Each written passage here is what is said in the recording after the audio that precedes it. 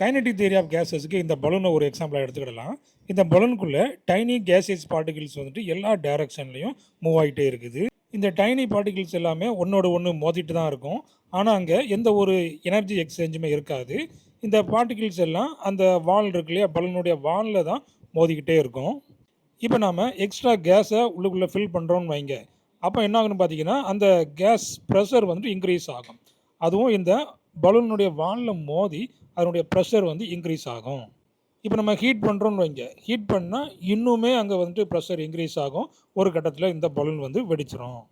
இந்த பலூனுக்குள்ளே பார்த்தீங்கன்னா நிறைய எம்டி ஸ்பேஸ் இருக்குது. இந்த பலூனை நம்ம வந்துட்டு கம்ப்ரஸ் பண்ண முடியும். ஏன்னா எம்டி ஸ்பேஸ் இருக்கு இல்லையா, இந்த பலூனை நம்ம கம்ப்ரஸ் பண்ணலாம். இப்போ இந்த பலூனோட வால்யூமை நம்ம கம்மி பண்ணாலுமே இதனுடைய ப்ரெஷர் இன்க்ரீஸ் ஆகும். ஒரு கட்டத்தில் அது வெடிச்சிரும். சரி, இந்த ப்ரெஷர் வந்துட்டு எப்போ தான் இன்க்ரீஸ் ஆகும்? ஒன்றோடு ஒன்று மோதும்போது இன்க்ரீஸ் ஆகுமா அப்படின்னா இல்லை. இந்த வால்ஸ் இருக்கு இல்லையா, பலூனுடைய வால்ஸில் மோதும்போது தான் அதனுடைய ப்ரெஷர் இன்க்ரீஸ் ஆகும்.